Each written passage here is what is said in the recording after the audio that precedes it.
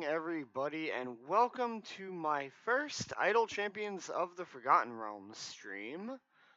I don't commonly stream this, as it's not exactly the most exciting watch, but we are going to do a how-to tonight featuring Azaka farming, as the last few weekends, coupled with the tanking, shielding, and healing update have resulted in a lot of people suddenly having Azaka. And something that comes up a lot in the Discord is using her kit to farm favor. And a lot of people keep asking, how do you stun farm? How do you set it up? What champions do you need? And that's what we're going to cover. You can technically farm with Azaka without any event champions. It just won't generate as much gold. But it still is something that you can set up at the end of a run when you hit your wall and you're thinking about like going to bed or leaving the house or whatever, in order to generate a decent amount of extra favor comparative to what you have when you walk away. So, the first thing that you definitely need to note when you want to set up Azaka farming is get to your wall. Get to the literal maximum wall that you can before you even think about setting it up, as it doesn't require that you're killing any enemies once you have it set up, so you don't actually need to worry about like backing up to a prior stage like you would for the old Makos ult spamming, where you would want to be on exactly the level that would allow you to stack up your 100 mobs, ult, and 100% kill the enemy. Hey, welcome to the conspiracy, Ewok. So yeah, like unlike the Makos ult strat, where you generally backed up like 15 or 20 levels, so that way you would be stable. Azaka farm, you want to be on the boss level as far into the adventure as you can, where you can kill the boss and leave one non-boss monster remaining.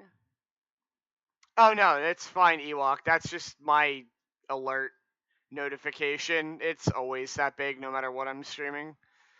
We're just covering like the basics of Azaka farming to begin with, so you didn't really block anything meaningful out. Just my party getting trampled over because I'm not actually using my ults. But yeah, so for this run, I'm pretty much at my wall. You can see that all of my champions are at the soft cap. So I can't really progress any further. Without potions, I can't beat 370. Now, to save a little bit of time, so I'm not clunking around for a few extra minutes here, I've already tested, and the first level that I can set up a stun farm on would be 355. Both 360 and 365, the enemies have a little bit too much health for me to be able to set up everything reasonably. That was with a 15-minute Fire Breath potion. I'm going to pop a 1-hour one here, so that way if I screw up a couple times, I don't have to, like, spend another potion. But Fire Breath potions and familiars can help a lot with setting up stun farming. So we're actually going to go ahead and pop a 1-hour Fire Breath potion. And this is Fire Breath is the only potion I've used so far in this run. I used 0 gold potions, I used 0 strength potions to get where I got to. So this is a 370 run on natural no buff. So we're gonna try 365 since we have the bigger Fire Breath potion on. I don't know that I have the damage for the Fire Breath to tick through. Enemies look like they have E13 health. I kind of have to wait for Birdsong to ramp up. But what you want to do is you want to grab one of the non-boss enemies kind of in the back and just click stun him for a little bit to let the boss get into your formation so that the boss can get hit more effectively. I was kind of hoping that that might pop in the back. Yeah, and it doesn't look like the fire breaths are moving anybody's health yet. We have full deacon. Vlanya's probably somewhat stacked up. Okay. So we're just going to drop back to 360. This would take way too long to set up. Alright, so now back on 360, we should be able to make a bit more progress. Might not, actually. We might still be going to 355 regardless. Alright, so we kind of have that croc. Hooray, weird hitboxes. Alright, so we got this guy way behind now.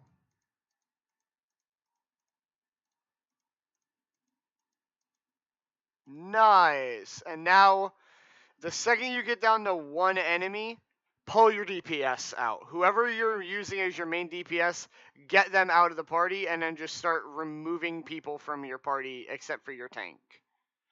So that went a little bit smoother. I was kind of hoping that Evelyn's ult would do exactly that. I wanted it to go down at a really hard angle, so that way it would hit everybody who was in melee range, but not the one that I had kept back with the click stun. But now that we've pulled enough damage out, it doesn't matter that we have familiars or fire breath potion or whatever. This guy ain't dying. He's got E 111 health. We have E 75 damage. So that ain't happening. So now that we have gotten ourselves to a boss stage with one mob remaining that isn't the boss, and the reason that you do this is because if you have the boss in play, it will begin an enrage, and that will eventually overwhelm you and take you out. If you just leave a normal mob and the boss is dead, there's no enrage timer.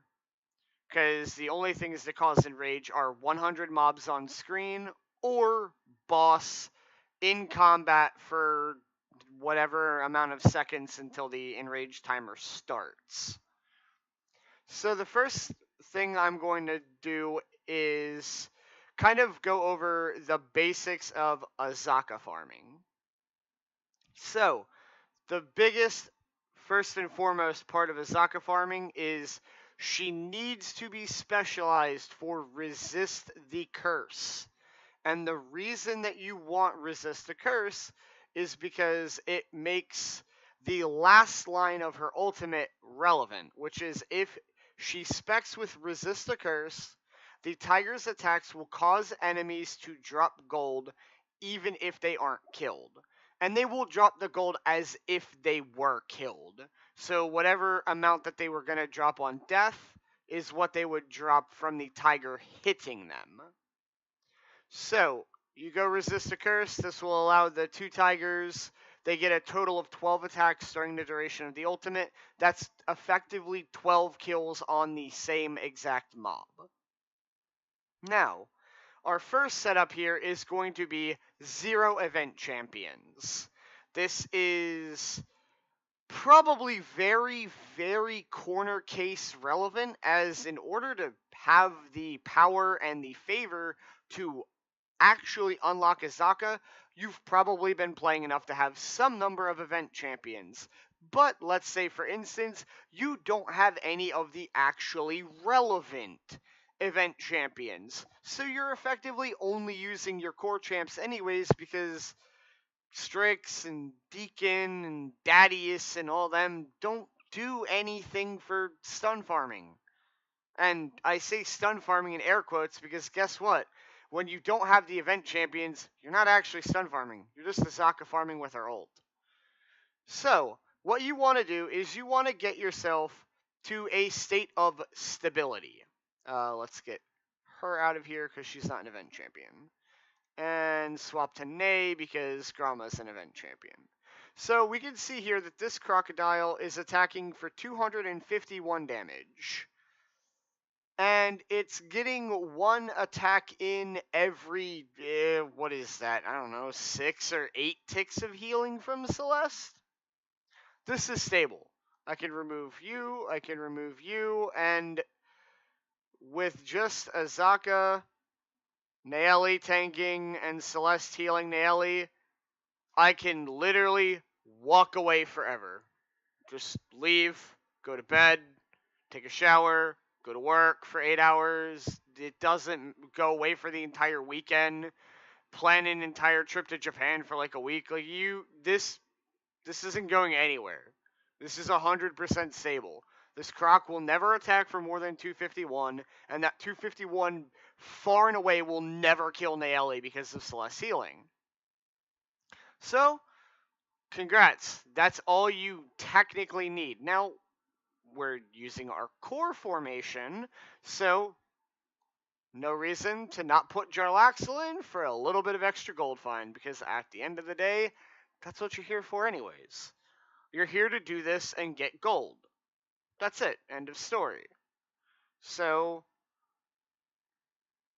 the game has to be open, Smoker.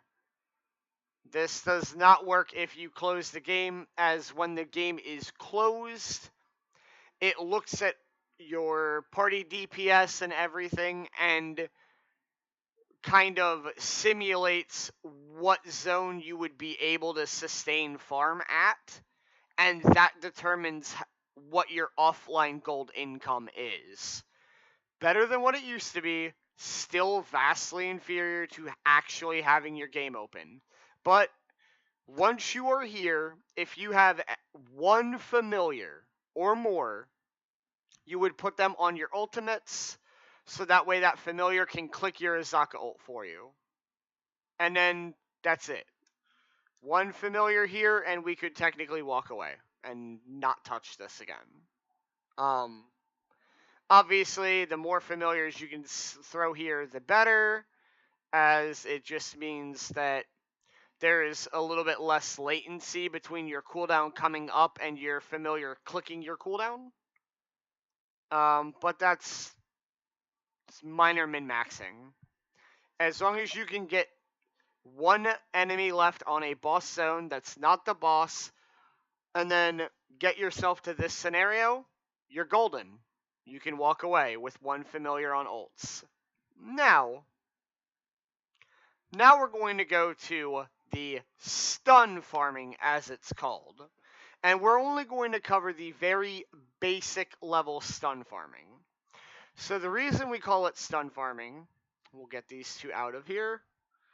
Obviously, you're always going to want a tank, just in case there is some chance that the enemy isn't 100% perma-stunned, and like maybe gets a couple seconds to actually get an attack in during the downtime. So you definitely want a tank in front. However, you probably won't even need a healer, because the enemy is going to spend more time stunned than not. So we'll just kind of move Azaka out of here. And then the reason we call it stun farming is you want Narak if you have him. I do have upgrade. And then for specialization choice for Narak, you always want unerring accuracy. And this is part of the reason why you want to leave one enemy left. Any more than one, and you have your stunners possibly alternating targets, which means that an enemy will actually have a chance to wake up and get an attack in before it gets stunned again.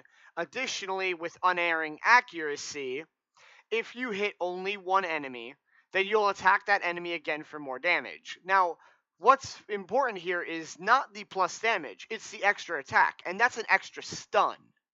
And that just instantiates the permanent stun of the farming. So we'll take unerring accuracy, and then I believe he might get like stun chance from leveling.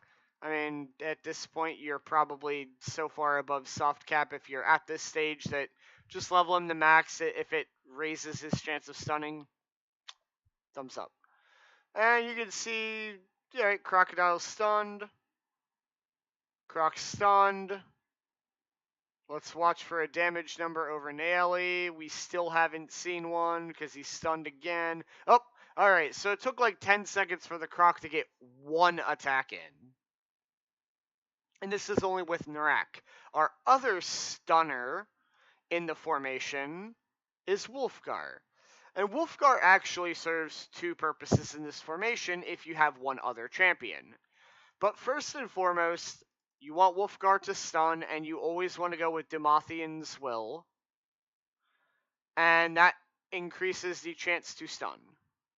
Yeah, I'm not technically recording it, but I will export the stream to YouTube from Twitch. So it's like I'm recording, but we have like chat open in case people need questions.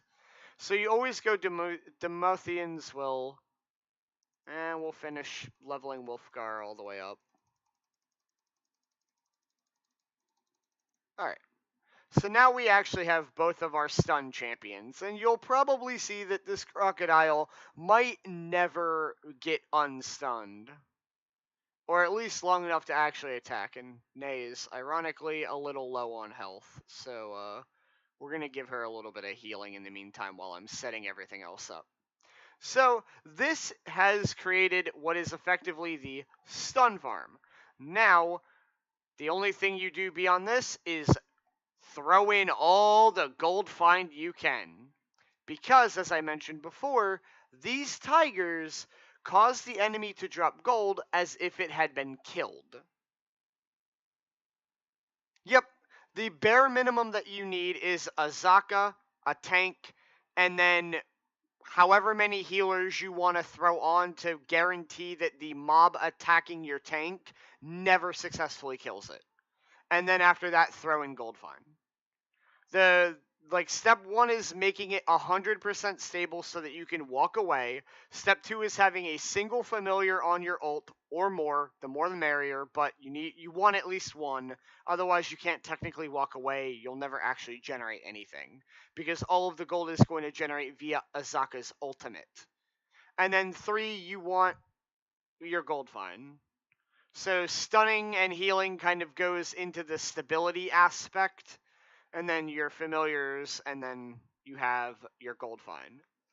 So we're going to not have Celestin because we have somebody else that we're going to want from that slot.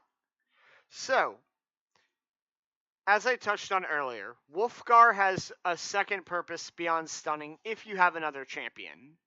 And that is this upgrade right here, Companion Regis. Stun enemies drop 50% more gold if Regis is in the formation. That's it. That's all that it requires. It's just Regis exists in your formation. And then the other thing that couples with this is Flag Bearer, which increases Wolfgar's damage by 1600% against stunned enemies. We don't actually care. But more importantly, if he stuns an already stunned enemy, all of his companion abilities are buffed by 1600% for the duration of the stun. That is going to apply to the gold find. As you see here, it says 850%. That means that he had stunned an enemy who was stunned. So, by having Wolfgar and then slotting Regis in, Wolfgar becomes a gold find champion. And the entire point of this is to stably farm gold without having to do anything else for the duration of it. So, we will get to putting Regis in shortly, but before that we have two other things. And these are kind of extra bonuses that you get to add in if you have the event champs. If not, don't worry about it. It's just more gold so that you can farm faster. Let me double check. Is my okay, my webcam is not blocking that screen. Okay. So the other two tricks that you can do to get more gold out of this is Stokey and Donar. And we're going to go ahead and upgrade both of them to max. Spec doesn't matter for Stokey. It will for Donar, but not for Stokey. So you're just going to level Stokey all the way up. And then we're going to wait. Alright, she's kind of teeing off on the crocodile for like 5 years. Alright, so Stokey has an ability called Golden Palm. Enemies attacked by Stokey drop X% extra gold when killed. Now remember how I mentioned Azaka's ult makes the enemy drop gold as if they were killed. Golden Palm is permanent, meaning if Stokey has ever attacked the enemy, Golden Palm will last until the enemy actually dies. There is no time limit on it. So you sub Stokey in, you level her all the way to max.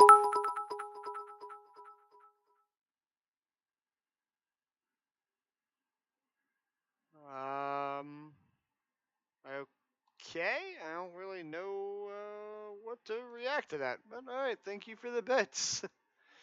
um, but yeah, so sub Stokey in, let her tag the enemy, and boom, that gold is already there forever. Then we can pull Stokey out. Okay, she's in that slot. And then Dunnar. And Dunnar is going to be very similar, except here you want to take Oh Yeah because it increases the effective drop. And that's really honestly as far as you have to level Dunnar. I don't think any of his upgrades apply to his commands, but I will double check as I've never actually checked. I believe it's only his specialization. And drop causes the enemy to drop more gold. So that's why you want to take Oh Yeah instead of the AoE. Because the AoE doesn't really matter. Yep, okay. So as soon as you get the spec, that's all that matters. And you want to look for that little coin symbol with the axe on it and the 3 lines above it that you can see right there. That is the signal that drop has been tagged on the enemy. We will go ahead and just pull Donnar out of the formation, and you will see that that symbol will never go away for the remainder of us setting this up. And now that we've done Donnar, we'll go ahead and get Regis in. He doesn't need to be leveled, he just needs to exist. That will cause Wolfgar to make more gold drop. And then the last part would be either putting in your Jarlaxle in the event that you don't have Ishi, or putting in Ishi, because Ishi has a hell of a lot more gold find than Jarlaxle does. So you can see with Jarlaxle, I have 1.5 E19 gold find. I don't know exactly how stacked. Okay, E19 looks to be with Wolfgar's bonus in play. It looks like 7.8 E18 is what we get without that in yet. So we're going to go ahead and take Jarl out, and we're going to go ahead and put Ishi in. And we're going to level Ishi all the way to max. Here you always want to take wait for it, since we're never going to kill this enemy. This will be able to cap all the way to 30 stacks, which is 60% gold find. And 60 is greater than 25 last time I checked my math. Level Ishi all the way up. This spec choice doesn't matter. It's only for Ishi's damage. Alright, so there we go. So, let's find some treasure. Increases all gold found by 134.73% for every non-human champion adjacent to Ishi. So you're going to jam-pack her into whatever spot you can surround her with the most non-humans will be. So we've got 2 from Narak and Regis. I would like a little bit of healing, just... Oh, wait, we can't get healing. Okay, so we're going to go Callie for the shield. This will make sure to shield Naeli whenever she takes damage, and this will permanently sustain the formation in the event that this Croc ever actually gets to attack. It's unlikely, but, you know, cover your bases. We'll put Ashara in, because she's not a human. We'll put Makos in, and I like Strix, so we'll put Strix in. And now we see that Ishi is giving us 808% gold find. Remember how we were topping out at like 1 point something E19, and now we're at 9.29 E19. And now that we have the whole gang together. You can fit 4 familiars on ult. That's the cap. We're going to put our 4 familiars on our ult, and that's it. We're done.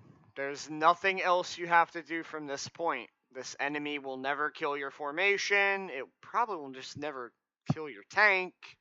And every time Azaka's ult comes up, you get money. So you can see right now, I am gaining 1.15 E16 favor. That is good for a 17% increase.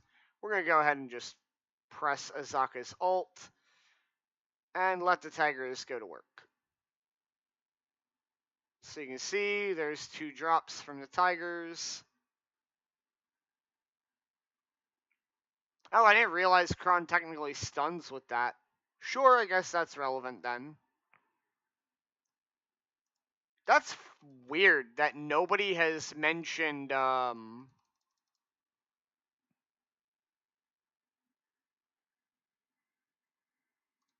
Okay. Well, we'll get Kroned in with the stun then.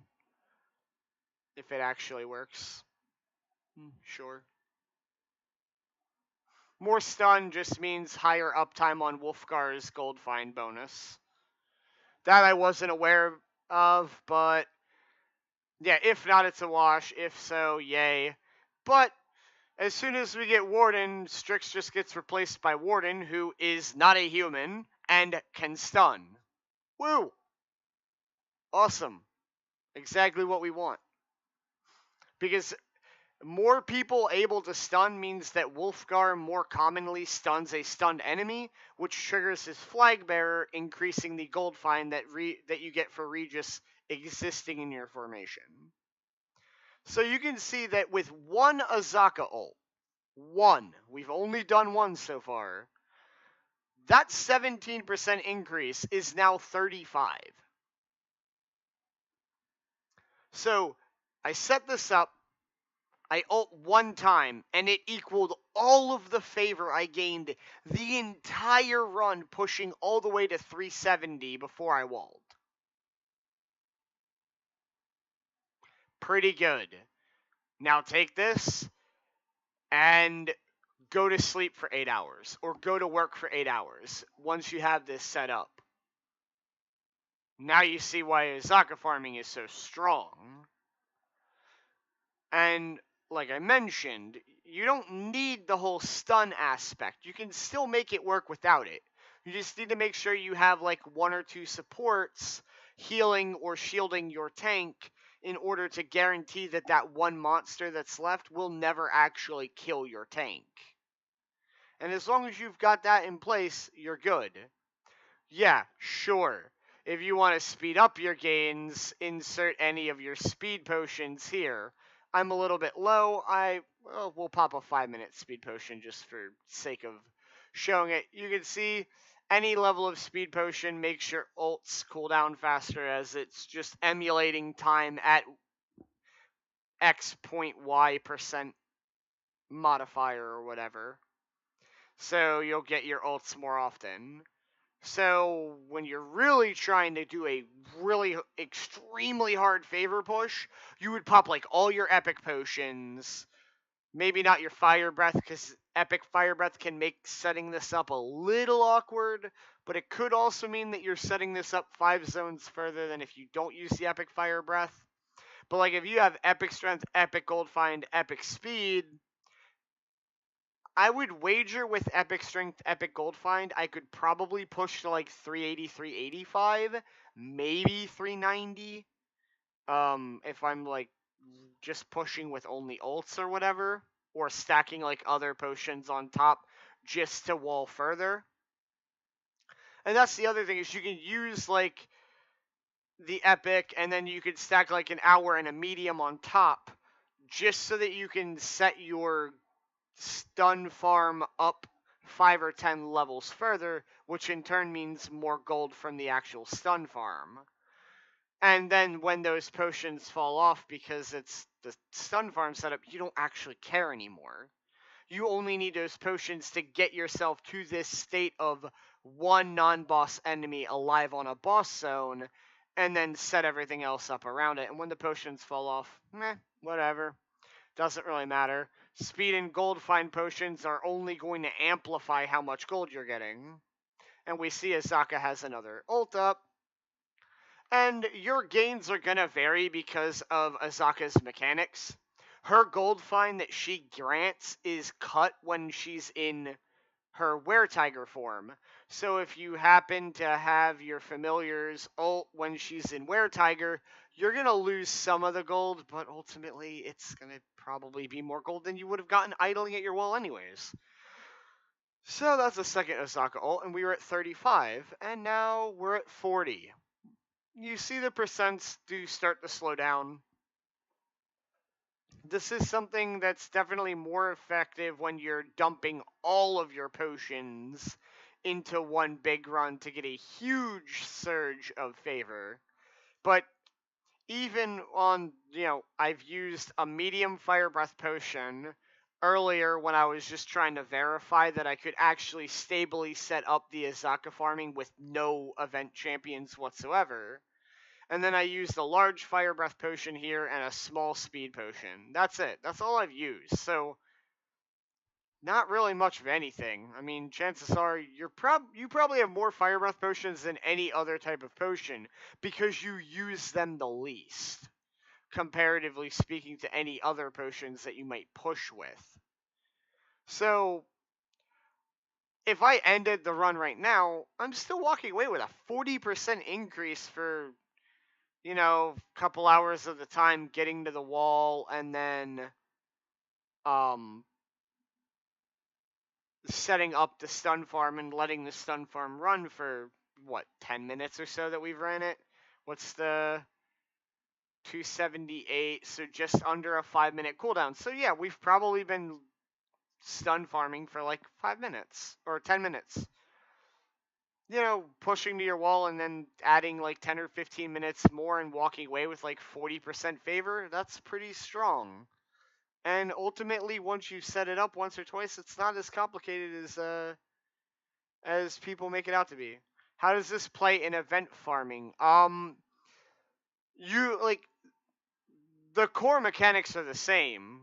Get to a boss wall, kill the boss, leave the mob, swap out your formation to, set up with Azaka farming. The only thing that really changes when you're doing this in an event versus in a permanent campaign is how much gold find you're getting off of Ishii. If you just pretend that you don't have Ishii and you have Jarlaxle instead, then Callie might not be necessary, or you might have Callie as Celeste instead, and then you don't need Strix, you don't need Mako, so you're able to make it flexibly work around the event layout. Yeah, I mean, if you're at the point of favor where I am, where you're at like E15, E16, and you're generally going to get more favor out more often than not, you're going to get more favor out of events than you're going to get out of actually running free plays anymore. Yeah, then doing this during the event, you're going to get a big surge in event. I think I only did one stun farm last event.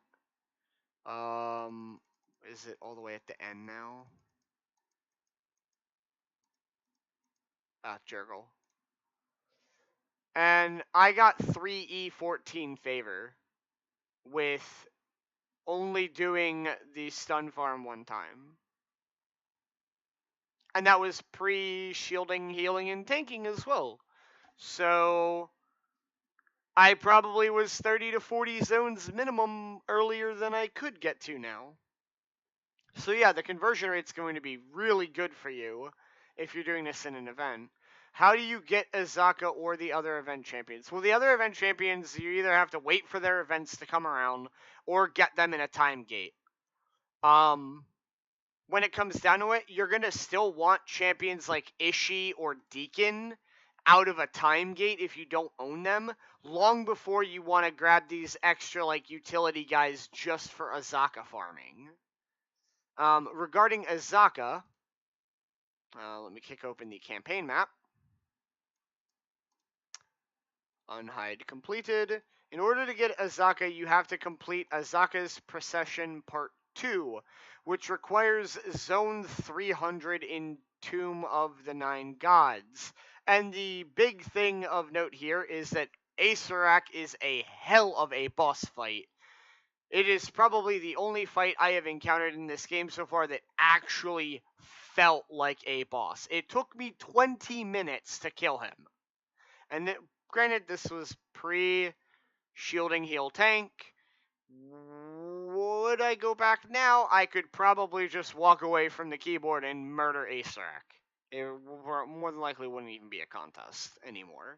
But that's because I can actually hit the soft cap. If you can hit the gold soft cap of E49 to get your final upgrades, then you're more than likely going to be A-okay for the fight. But you have to do Area 300 Acerak, and to get here, you have to do Azaka's Part 1, which still has the same gimmick of Azaka taking up a spot in the middle of your formation, which means that your DPS is a little bit lower because you don't have that 10th party member.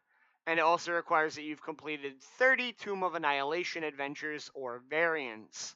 Not that bad, and then it's only 275. This part's way easier than this one. But once you get Azaka, that's really all you need. Like I covered at the start, this will be highlighted on Twitch and exported to YouTube. And once I get it exported to YouTube, I will make sure I throw this at Ewok and be like, hey, post this in resources so that people can find it later. Because somehow Sai's guide that's over on Reddit still hasn't been pinned in resources. I don't know why. We've had so many people unlocking Azaka because the last weekend buffs have been insane, and the soft cap increase just almost made it seem free if you had the favor for it. Yeah, you've got a ways to go, Smoker. You just gotta keep doing adventures, doing variants, getting your favor higher, working on getting your epics and whatnot. So, you got a ways to go before you're tackling Azaka. And in that time, you'll pick up some of the other champions. I know Regis is only a few, I think 3 events away before we get Regis, maybe 2. So you'll get Regis then. Ishii, we just passed Stokey. Narak is not too terribly long after Regis. And then Wolfgar and Ishii are a bit after that. So you'll probably get some amount of the event champions you like to have for this before you'll have, before you have Azaka. Yeah, Ishii was, I think, the last champion released before I came back, if I'm not mistaken. I came back at the Stokey Farida event. And then I left at the Binwin event. So I missed Deacon, Wolfgar, Ishii, Diath. I think that was it. I think it was just 4 champions in the 3 months that I missed. But yeah, that kind of covers it, guys. So I'm going to go ahead and end the stream now. Thank you everyone who came out to learn about Azaka farming. And thank you for anybody who clicked the follow button. And if in other news regarding my streaming, if you happen to like Super Smash Bros. Or Path of Exile, then make sure to come around this Friday, as this Friday is the start of the Path of Exile Betrayal League. And I will definitely be streaming my entire play from the beginning of the league to at least maps, all within the first stream. It'll probably take me somewhere between 8 to 12 hours to get the maps, but I will get it in one sitting. Thank you for the follow, Pebcac. Welcome to the conspiracy. And then, should time a lot after I reach maps, I will actually swap over to Super Smash Bros. Ultimate because I did not get this glorious thing for nothing. So as soon as I get to maps on Path of Exile, I'm going to be firing up Smash and starting to work through the story mode to unlock the characters. Between here and now, I might throw up a chilled stream to play some more Idle Champions on stream and answer questions. And for the record, with like Path of Exile, I'm very newbie friendly. I love helping people get into and understand the game, and I'm always willing to answer questions when I am playing. So don't feel like intimidated because you hop into my stream and I'm going at like Mach 10 through the campaign at the start of the league and you want to ask a beginner question. Don't worry, like if it's complicated, I'll stop and take the 5 minutes to walk you through and explain something. If it's something I can answer on the fly, I'll do it without stopping. It's not too big of a deal. But between then and now, you might catch me on. I'm mixing up my streams a little bit, so I might be doing some Octopath Traveler, Slay the Spire. I might have some Path of Exile stuff now that the League rolled down the standard, and I can put my character together in standard with all my fancy toys to play with. And all that. So yeah, and I'm a speedrunner, so you might catch me doing some Dragon Warrior randomizer or Final Fantasy IV Free Enterprise randomizer runs on stream here and there. So if you like any of that content, follow me. If not, then just keep your eyes peeled. I'll be starting to work on Idle Champions content when I see topics that aren't getting as much attention as they maybe should. Size written guides are absolutely amazing. They're in depth, they're wonderful. They've pretty much helped me learn everything that I've needed, but I do understand that sometimes people need a little bit more visual aid and seeing something like the stun farming actually set up in game like I did here tonight.